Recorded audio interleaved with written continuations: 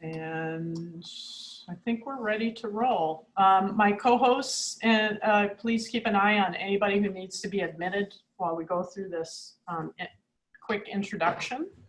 And please admit people that are coming in.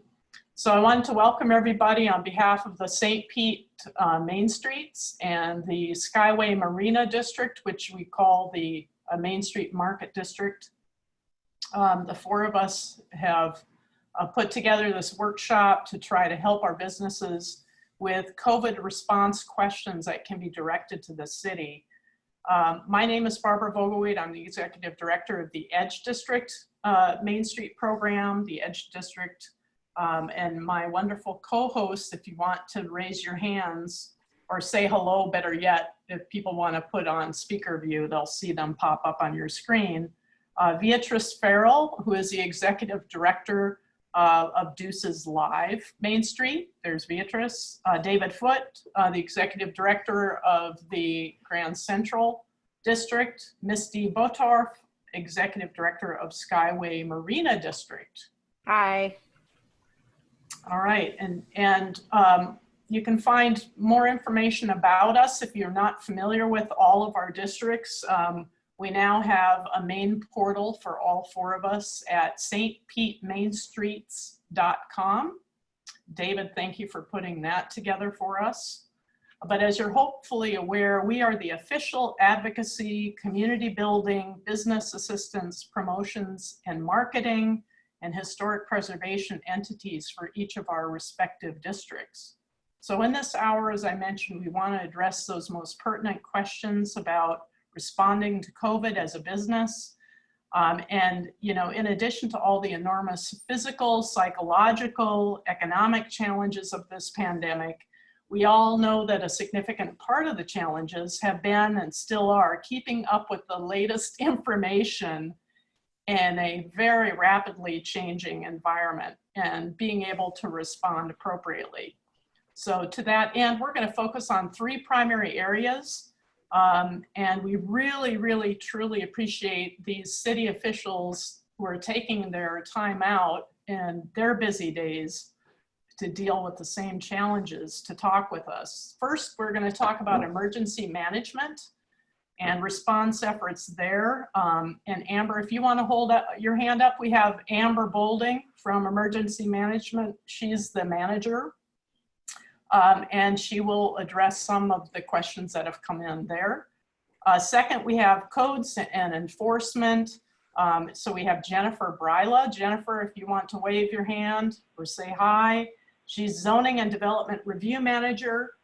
And James Corbett, that you just heard earlier, is the Director of Codes Compliance. We may have Elizabeth Abernathy, who is the Director of Planning and Development Services, also join us. And third area we have is economic development. So we have Jessica Eilerman, Small Business Liaison and Officer of the Mayor and Manager of the Greenhouse Small Business and Entrepreneurship, Economic and Workforce Development. Say that fast, Jessica. That's a lot, a mouthful. And Gary Jones, who is a Senior Planner in Economic Development. There's Gary.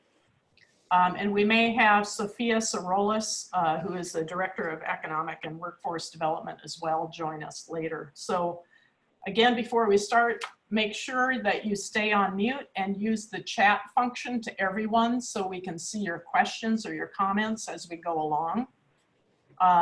Use speaker mode if you want to see the speakers come promptly, since we have so many attendees on this call. And we're going to go in order of the topics as I just raised them. So emergency management, codes and enforcement, and then the economic development questions. If you have questions that pertain to any of those, throw them out. We'll get to them time permitting. Any questions that we don't get to, we promise you that we will get the answer offline and make it available to you. And we're kind of running through these 20 minutes at a time. So we're going to go ahead and start with emergency management. And we have, as I said, Amber Bolding with us. One of the questions that has come in is, at this point in the COVID pandemic, with all-time high spikes and a possible second wave before we have a vaccine, What are we seeing in St. Pete right now, and what are the top 3 things businesses can do to more effectively help minimize the spread while they stay open?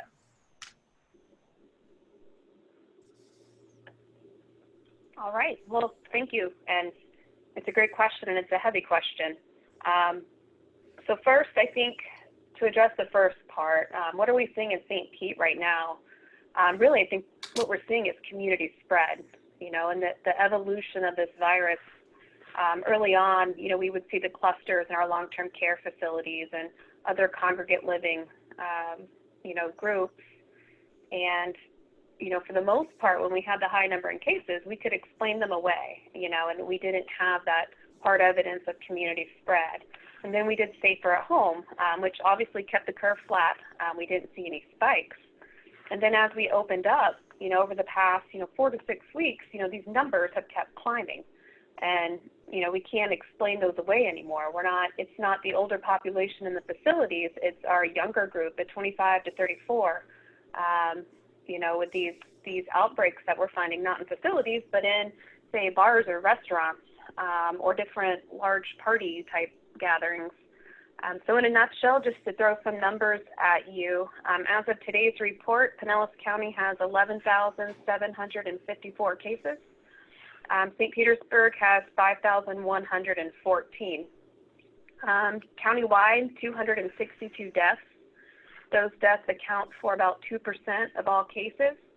And I think it's important to note as well that about 75% of those deaths are in the long-term care facilities. I talked about in those past 4 weeks, a lot's changed. You know, we've transitioned from these small cluster outbreaks and hotspots to more the community spread. So just to snapshot that for you, in the past 4 weeks, both St. Pete case numbers and Pinellas County case numbers have more than quadrupled, which is pretty significant. Average percent positivity, so when we think of percent positivity, that's out of all the tests that are given in any one day, the percent of those that are positive for the first time. So our percent positivity 4 weeks ago was about 3.4%, which is well within guidelines for reopening. You know, ideally we want to be under 5%. Fast forward to today, our average percent positivity is 11.3. And that's actually come down in the past week a little bit. So we're well above the threshold. But on the plus side, average daily tests, you know, performing more tests has always been a big goal. So we've greatly increased that by about 50%. So our average daily test was about 2,400 a few weeks ago, and today it's 3,500 to 4,000 is what we're seeing each day. And the last thing I want to note is the mask ordinance went into effect on June 22nd for the city. So we're hitting that 3-week mark. So we're hoping that we can start seeing some of these mitigation efforts pay off and the mask mandate start controlling these numbers a little bit. So for the second part of your question, what are the top 3 things businesses can do? And I went back and forth on this question quite a few times because, you know, it's hard to narrow it to 3. But I think what it does boil down to is, 1, we need to maximize the use of masks among staff and customers and patrons, whoever comes into your business. The more that we can get people to use those masks, the more we're limiting the droplets that go into the air. And, you know, studies have shown that that's the primary mode of transmission is you know, the sharing of those droplets. So the more that we can get the masks utilized and utilized appropriately, so covering mouth and nose. And the one thing that we see, and I've been guilty of it too, is when you talk in a mask, you're muffled. So people will wear a mask, and then when they want to talk to somebody, they'll actually lower it down to say what they need to say and then put it back up. So that would be high-risk behavior. So maximize the appropriate and the correct use of the mask. Number 2 would be to establish policies and practices for social distancing. Social distancing is tough. You know, ideally 6 feet apart will minimize, you know, the breathing in of, you know, potentially viral particles from someone else. So within your business, figuring out how to appropriately do that between staff and customers, whether it's putting up signage or marking the lines, but having those policies and procedures and training your staff to enforce those procedures the best that they can. And then the third strategy, I think, is to reduce capacity as much as you can. I know it's difficult in a business because, that's how you stay afloat is through those capacities. But really to minimize the spread, the less people that you have, the more they can spread out and the less chance there is to transmit that disease. Now, of course, any one of these in a silo won't work. You have to deploy multiple of these strategies.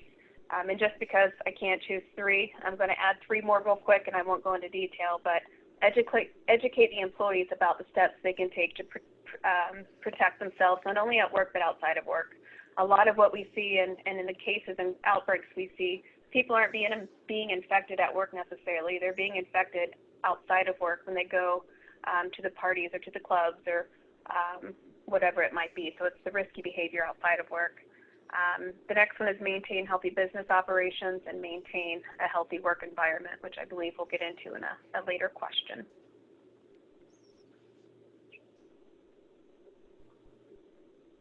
Great. Well, our second question to you is, we haven't heard much about air filtration systems, yet we know now that the risk of infection greatly increases inside the longer people are sharing that space, even with wearing masks, plexi shields, and social distancing. Are there simple steps businesses can take to either improve air filtration, or should they increase or decrease the airflow through the space?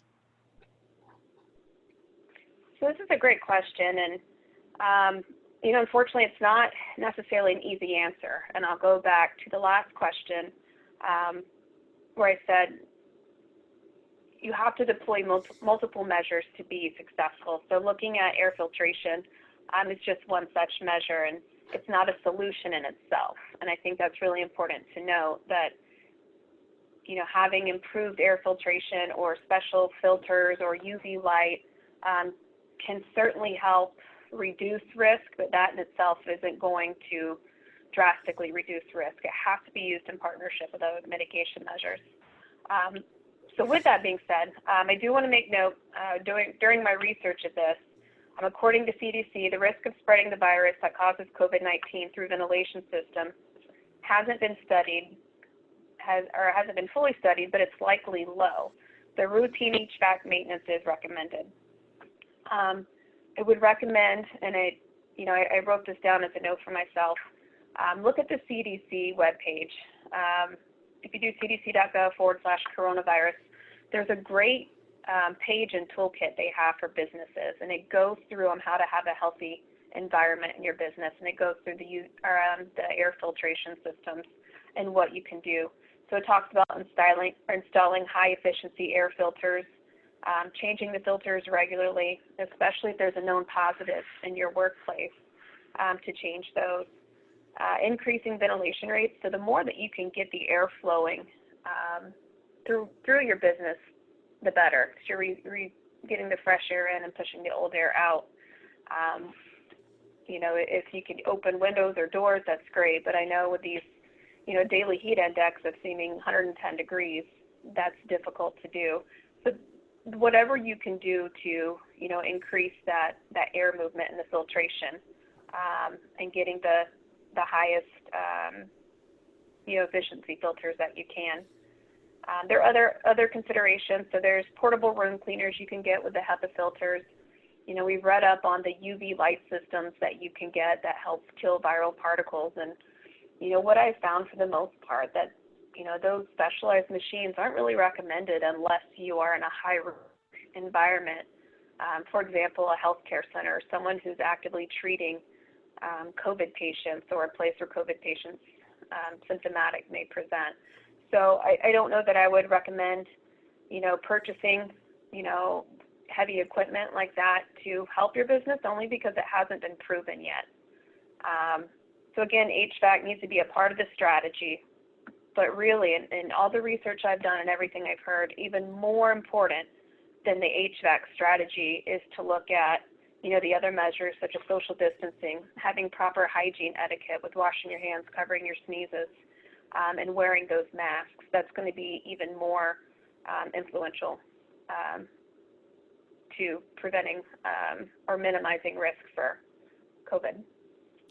We have a quick question from Deborah. Should there be specific biohazard waste containers for when people dispose of their masks and gloves? I see used gloves and masks in the public. No, and actually it's interesting you asked that. We're operating the Mahaffey garage right now for a testing site. And one of the questions was for all the nurses that are actually doing the specimen collection, do we need biohazard bags? And the answer is no.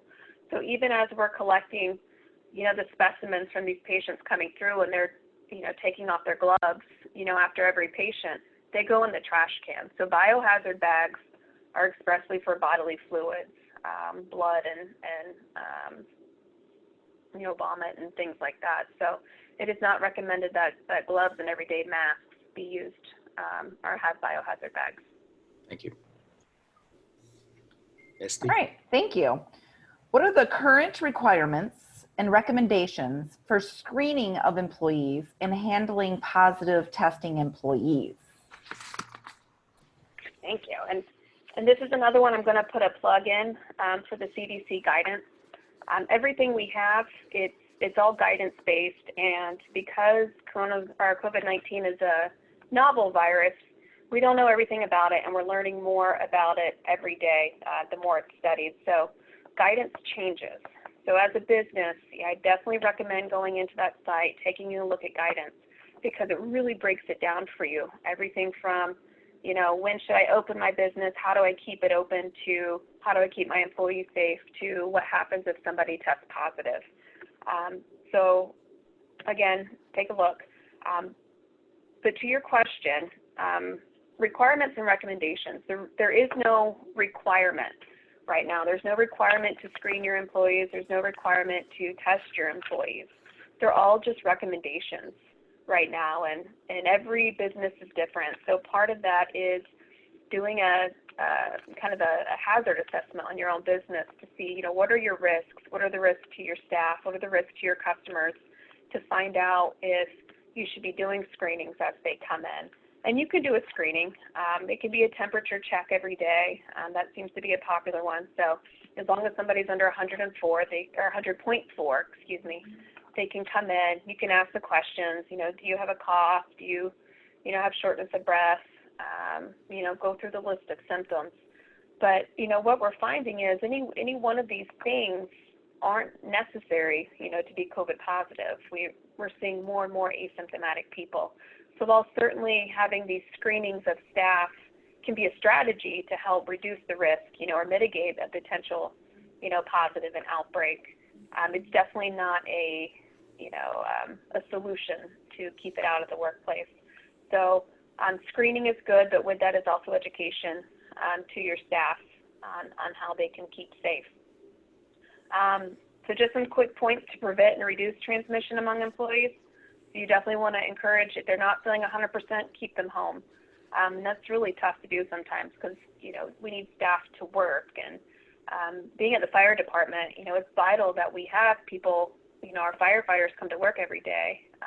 They are our first responders going out to these 911 calls. So we have a new policy that if you're not 100%, you don't come to work. And we just have to work through, ways of dealing with it, because the repercussions of having someone sick come in and potentially spreading it to everyone else is much more detrimental. So encourage your sick employees to stay home. You can do those health checks. I talked about an assessment. Look through your business, identify how workers might be exposed to COVID-19 at work, and then take those mitigation measures, whether it's gloves, masks, the plexiglass screens, whatever you can do to reduce that risk.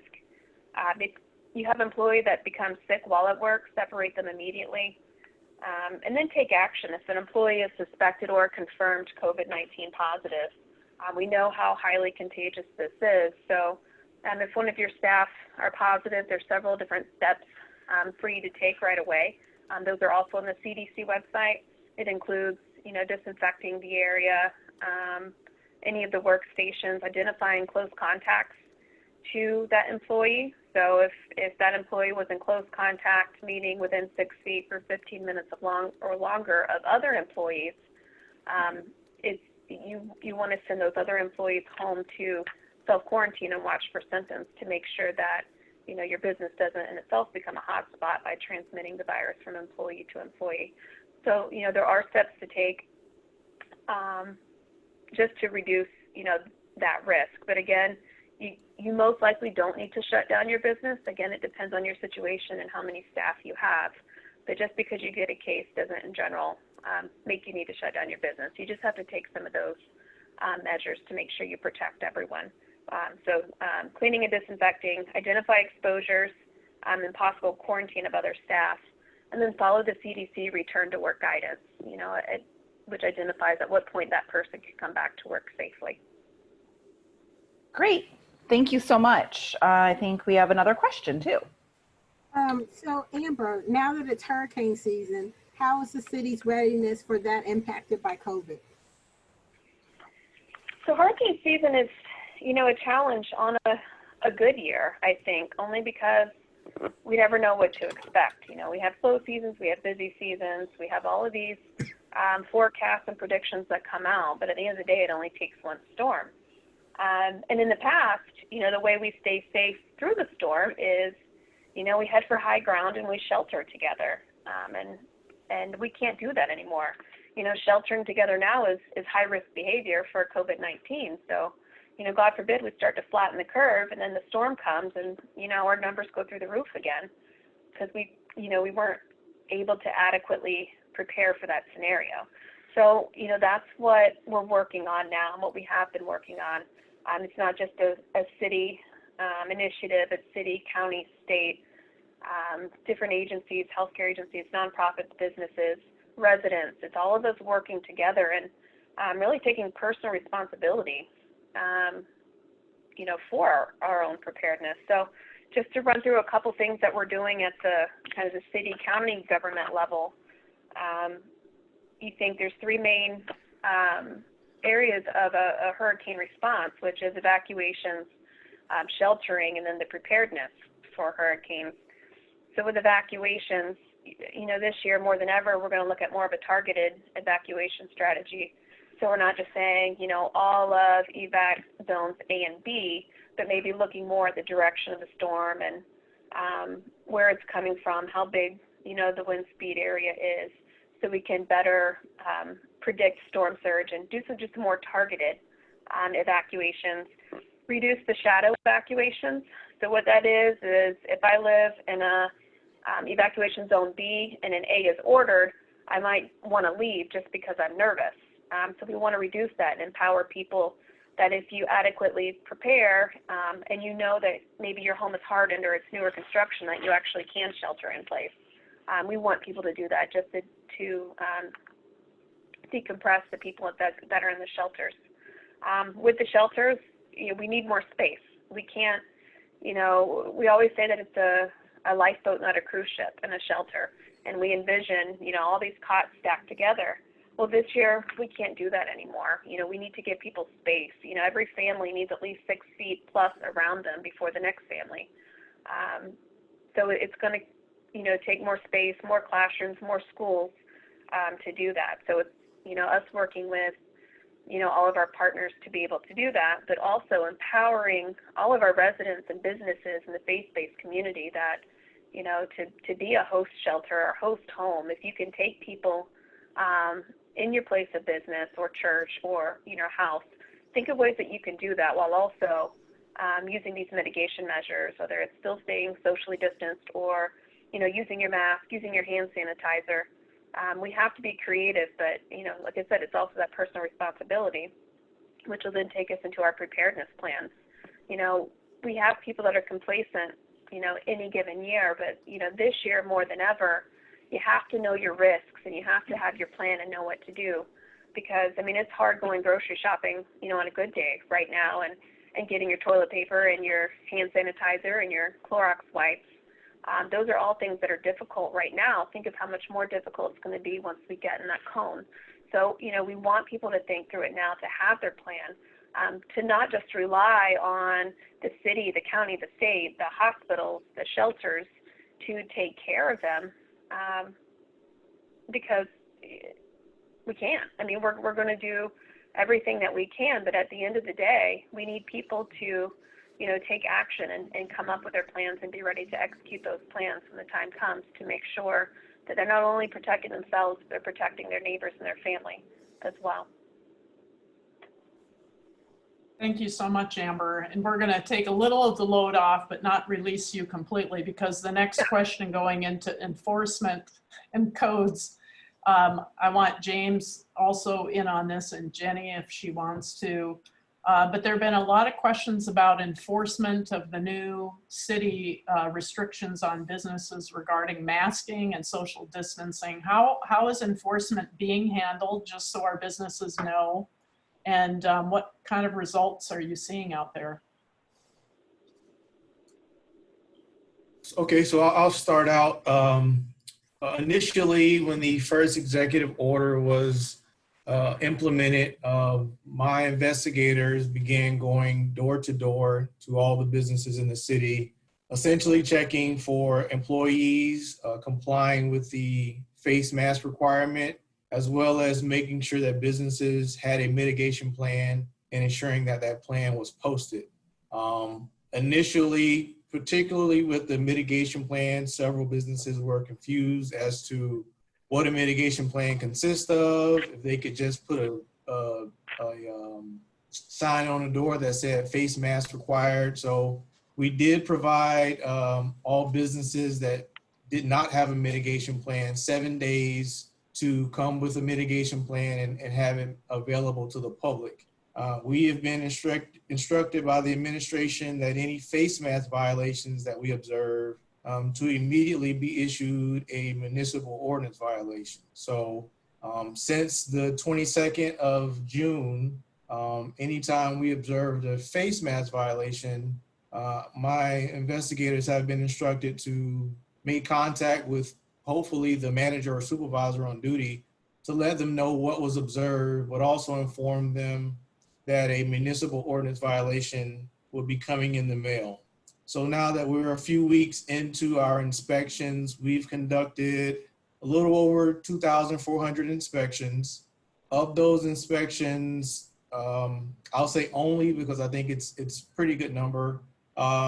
It resulted in a little over 80 municipal ordinance violations of the 2,400 inspections. But as time went on and the businesses were, you know, becoming more familiar with the requirements, we're noticing that more businesses are complying. Additionally, we are also responding to complaints that come into the non-emergency number, along with the fire department. Complaints that come in from 8 a.m. to 8 p.m., depending on the location of the complaint. My staff, as well as the fire inspectors, are going out and responding to those complaints. And then anything that happens after 8 p.m., the police department is handling. Let's see, what was the other part of the question? It's mainly just on the enforcement and what kind of results you're seeing. So you mentioned that you're seeing an increase in face masking and the mitigation plans after that grace period. The mitigation plans are much better now. Initially, that was the huge issue. A lot of people just didn't understand what was required in the mitigation plan, or they wanted to know if the city had a plan that they could provide and just post at the business. And just so everyone knows, the mitigation plan has to be unique to your business. There is no singular mitigation plan that you can print out and post, because the mitigation plan is going to be based on the layout of your facility. It's going to be based on the type of business that you're in, whatever requirements are for your specific industry, how your employees work and interact, whether it's retail. There's several factors. So the mitigation plan has to be created individually by the business, and it should follow either CDC or OSHA requirements, and Amber can probably expound on that a little bit more. But I have noticed that businesses are doing a lot better with the mitigation plan, but there are still a few that have not either created or made the mitigation plan available. Great, thank you so much. David? Okay, Many of our businesses are struggling to notify their customers of the changing status of their changing status due to COVID, from closure, partial reopening to reopening to closures again. Signage is one of the most effective ways to do that in many of the businesses' cases. How has the city been handling the additional or larger, more prominently paced business signage, waiving temporary permits, temporary allowance of extra signage or larger signage, teardrop banners, A-frames? And then, do they still need a permit? And is there a fast track way for the businesses to get that permit?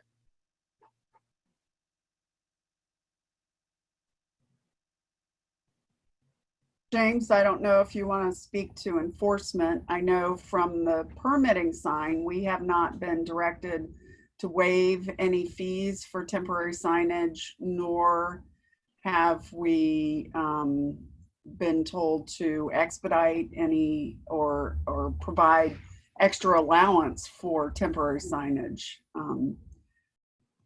Neither have we been asked really to provide that. So I don't know if that's helpful information. I know for a time that codes was not enforcing some things, but I don't know, James, if you want to speak to that.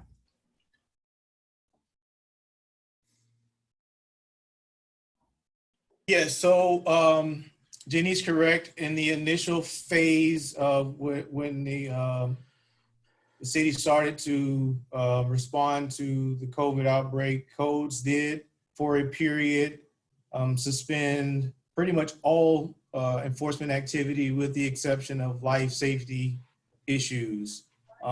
Since that time, we have resumed our enforcement activity and we are enforcing the code in its entirety.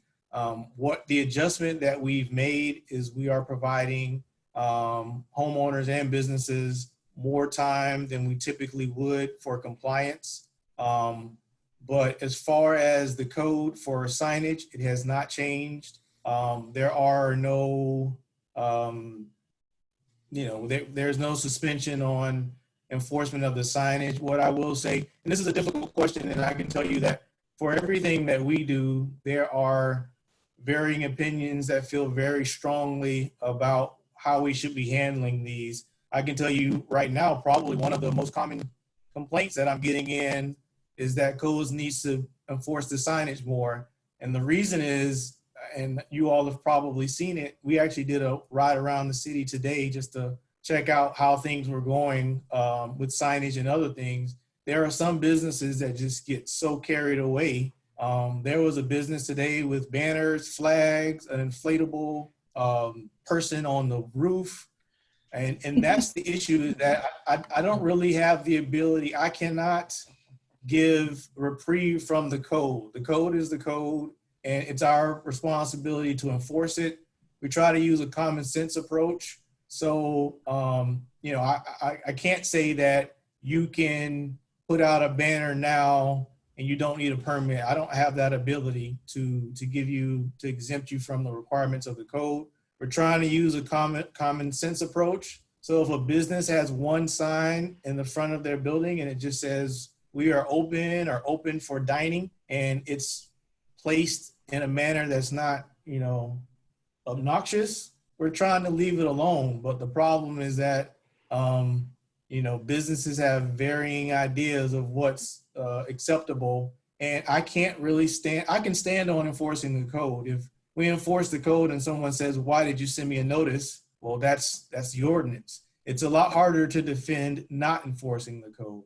So I'm probably not answering the question directly. We're trying to be reasonable and work with businesses, but a short answer is the code is still the same. There aren't any, there is no waiving of putting out a sign that would normally require a permit. It still requires a permit. And as Jennifer said, there has not been any expedited process implemented.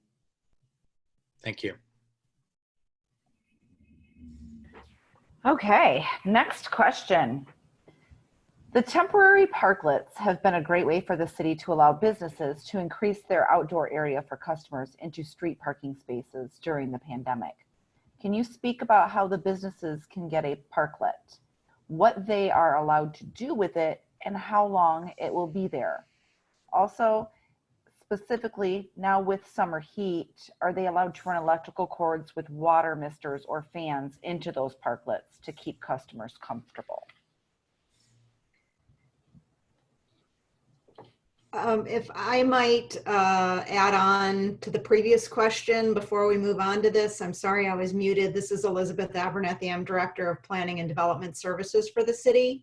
The question about the signs and I guess what I would look to all of you is for your feedback. If you have an interest in the city providing some type of temporary relief for the sign code and what your direction is, I can present that to the administration. The mayor has some powers under the emergency situation to create an executive order that could give relief. But what we really need to know is, do the bodies, do the associations along those routes support any of those types of changes?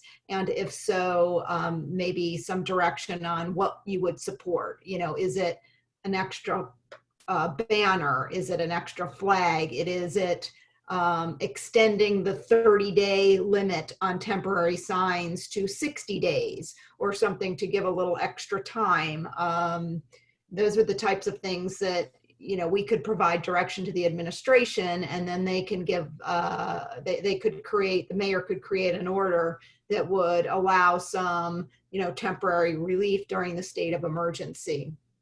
Your question about the sign permitting, a temporary sign permit, we changed the fee to $20 when we did a sign code update last year. It used to be, I think, $40. We made it a little less to help to encourage people to come and get those temporary sign permits. And that is a type of permit, and Jenny can weigh in on this if she likes, that it's a pretty quick turnaround.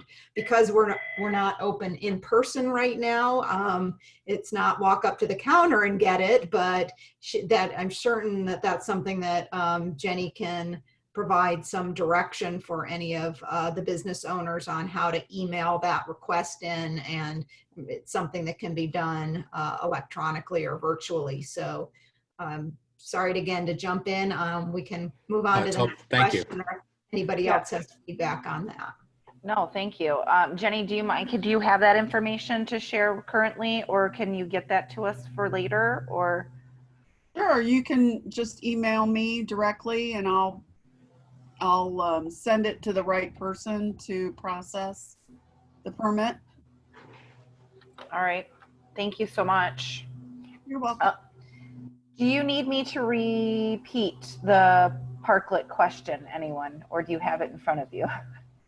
No, and I don't know if Liz wanted to continue, but all the business would need to do, there's no fee. So it's just an extension of their sidewalk cafe permit.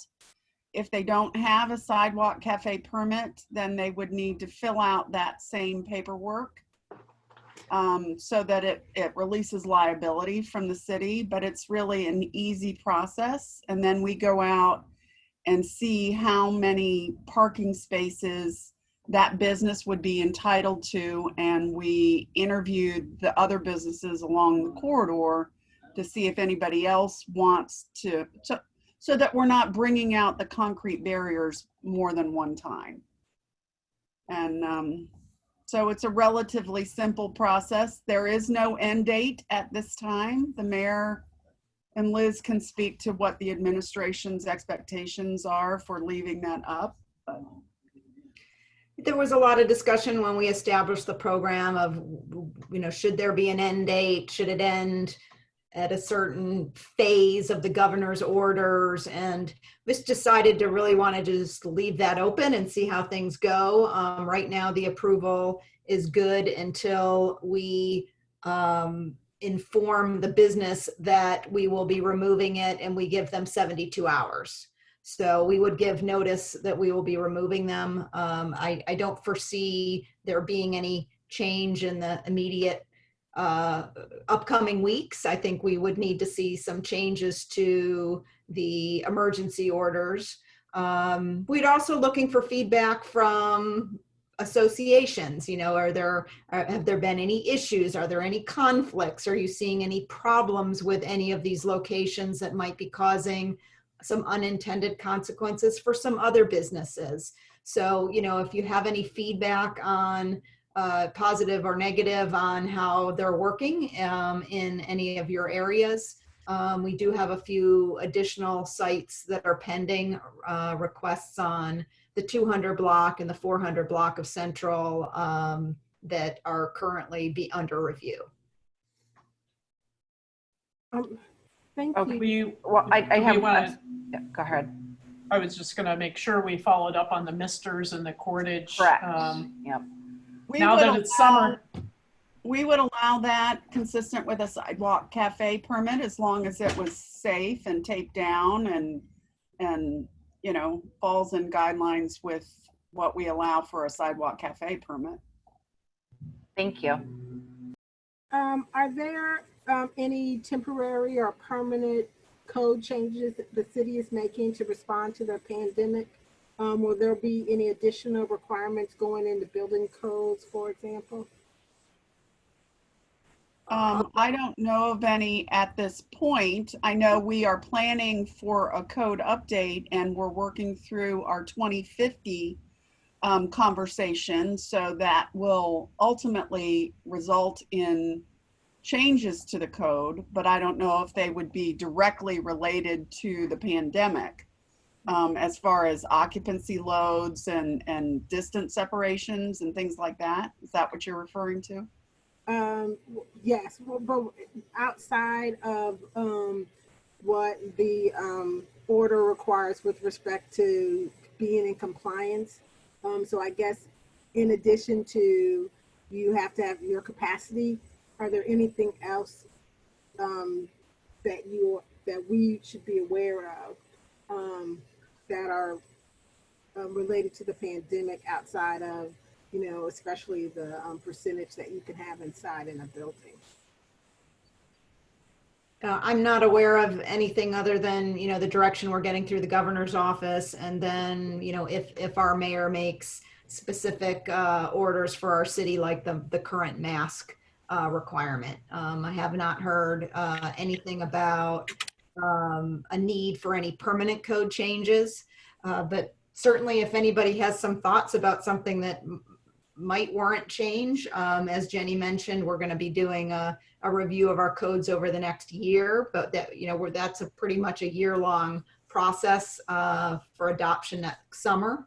But if there's any lessons learned of things that we think should be permanently changed, nothing comes to my mind right now.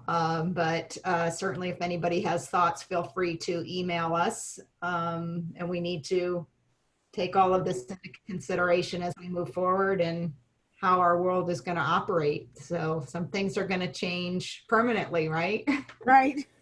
Thank you so very much. And we have a last question. We actually have another one that just came in, but this one is on outstanding permits that have expired during March through June period. The business wants to know what's the best way to handle reissue of expired permits right now. And I'll go ahead and take this one. I mean, the expiration dates are automatically getting pushed out. So while they might think it's expired, it might not actually be expired. So I think if they just email permits@stpete.org and find out what the status is and see if their permits are still active, we have the ability to automatically extend everything right now during the state of emergency. Can you give us that email again? Permits@stpete.org? Exactly. Very descriptive. We try to make things easy when we can. Okay. Barbara, I have a quick question. Did you get, you may got the same question, but go ahead. Yeah, this question is kind of the overlap between this codes and enforcement and economic development, our next topic. And that is, if a municipal violation is issued, will that disqualify businesses who will be applying for fighting chance or county funds from qualifying. It's been one of the questions on the applications, which specifically asks about those violations.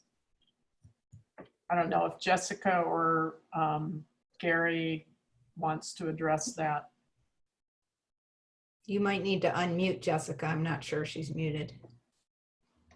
I Thank think you. she did. There she is. Hi. Hi, Jessica. Yeah, it is an item that is one of the checkbox items on the application.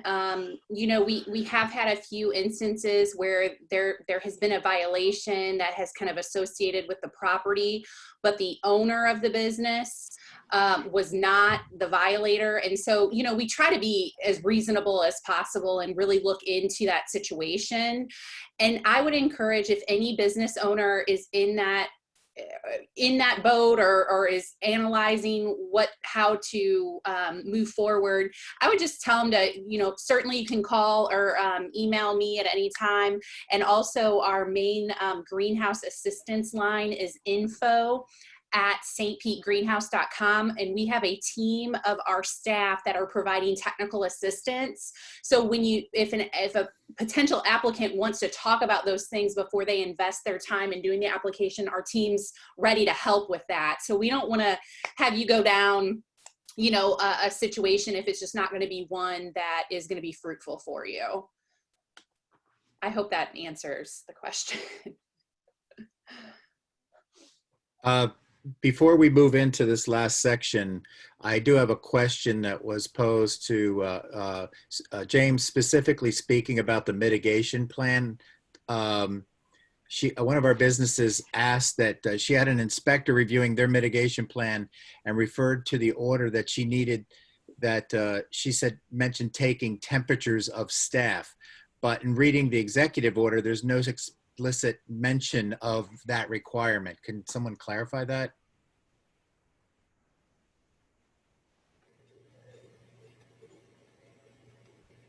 Yeah, so there is nothing in the executive order that says anything to the effect that anyone has to take a temperature. In fact, it doesn't specifically give you any instructions. It says that you have to create a plan consistent with CDC or OSHA guidelines, which, as Amber mentioned earlier, there is no direction from CDC or OSHA that requires any business to take the temperature of their employees. So that is incorrect. Essentially, the business would need to create a plan that makes sense for their industry, for their layout. Okay. And I wanted to go back to the other question about the municipal ordinance violations. I think you all might be confusing municipal ordinance violations, which is what a business would be given if they violate the executive order, with a lien. So when you apply for the funds, I believe the question that's asked is, do you have any liens? Do you owe the city any liens? It does not actually consider municipal ordinance violations, which is something that is basically like a ticket and you pay a county court. A lien is recorded against the property. So I don't believe a municipal ordinance violation would affect your ability to get funding, because it is not a lien. It is essentially just a fine. Thank you. Barbara? I think it's Misty. Misty. Sorry, I was muted. From an economic development perspective, what are some other city offered resources that businesses can take advantage of right now to get back on their feet?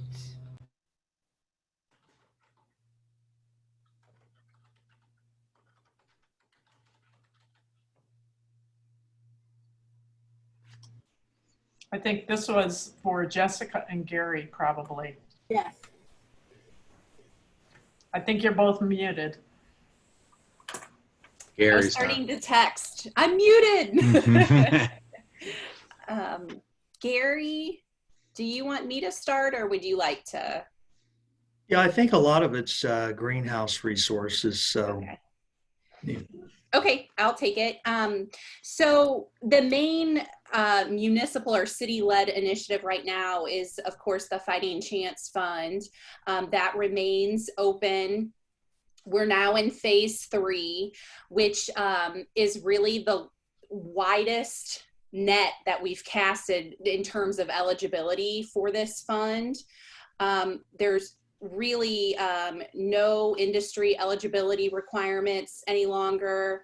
And we have moved those employee numbers from 25 to 50.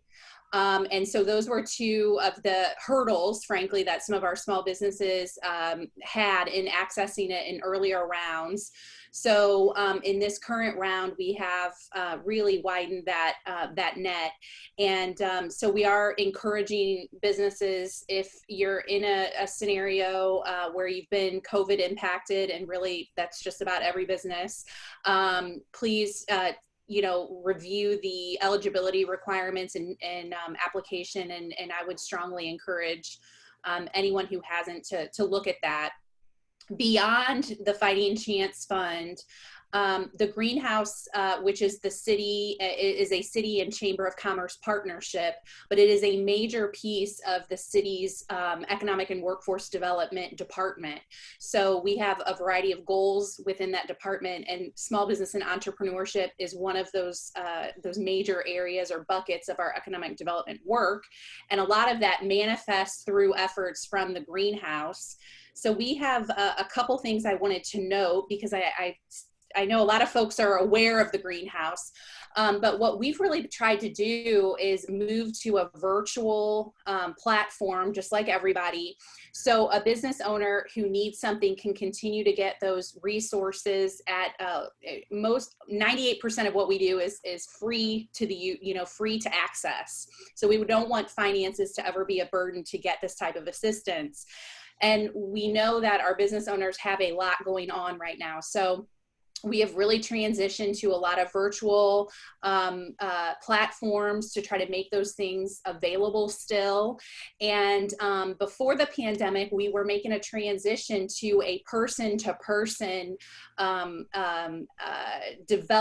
relationship development, rather than just kind of self-selecting into the greenhouse services. And while the pandemic has certainly impacted how we deliver that service, we are continuing that.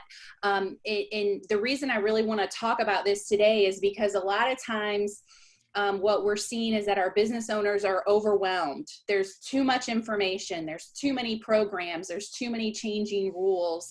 And so a business knows that they need maybe assistance, but they don't know where, and it's hard to ask for exactly what you need when there's so much overwhelming the day-to-day and decision-making process. So our team, our staff team, is really there to work one-on-one with businesses. And so I really want to encourage any business that's facing decisions, looking at numbers, maybe need to put together their numbers for the first time. And we have some resources and assistance that's available, technical assistance that's available. And if we can't do it, we have partners who can, and we'll try to get them involved and link you with who you need to do, so you're not calling and trying to figure out on top of an already stress load that's really high. We can kind of navigate that through for your specific situation. And our partnership with the Chamber has also allowed, their team is expanding that effort of the city team in that same navigation approach with what they're calling the business resiliency team, and that links back to the greenhouse as well. So just want to make sure that if there's any business owner that our Main Street directors come in contact with, and or any business owners on this call, or you have friends who are saying, I don't know where to go and I don't know what to do at this point, or I know that this is a need for me, please know that the greenhouse team, we're there to help you on a one-on-one basis go through and figure out what's the best way for you to move forward, and get you the resources you need to make those decisions. The other thing I really want to touch on is those workshops that we offer. So we're continuing to offer our workshops in now two opportunities for you. One of them is that traditional in live kind of it's not in person anymore, but it's kind of a video conference, video meeting type scenario.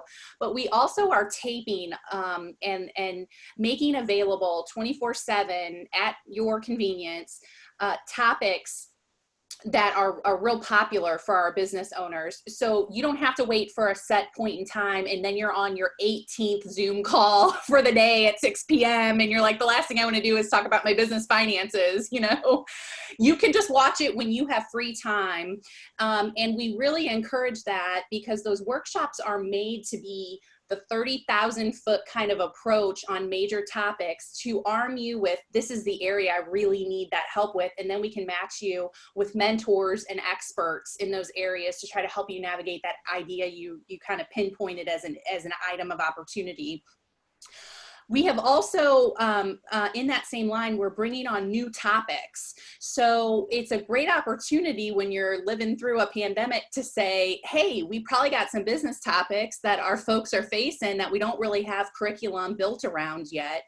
And so we have been doing some cohort related opportunities, really where business owners get to develop a relationship with a small cohort and work on specific kind of skill building topics.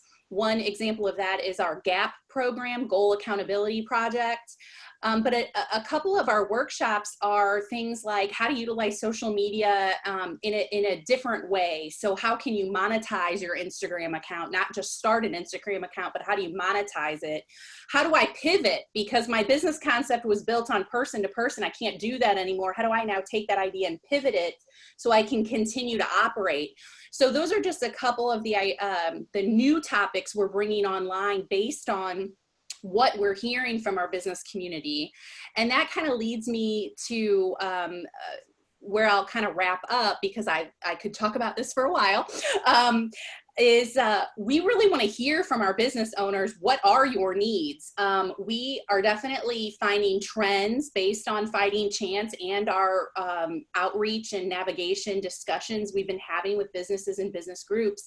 But if you have a need and you just can't, you're not finding it somewhere, that is what we're for. The greenhouse is your place to say, I have this need and I have no avenue to find it.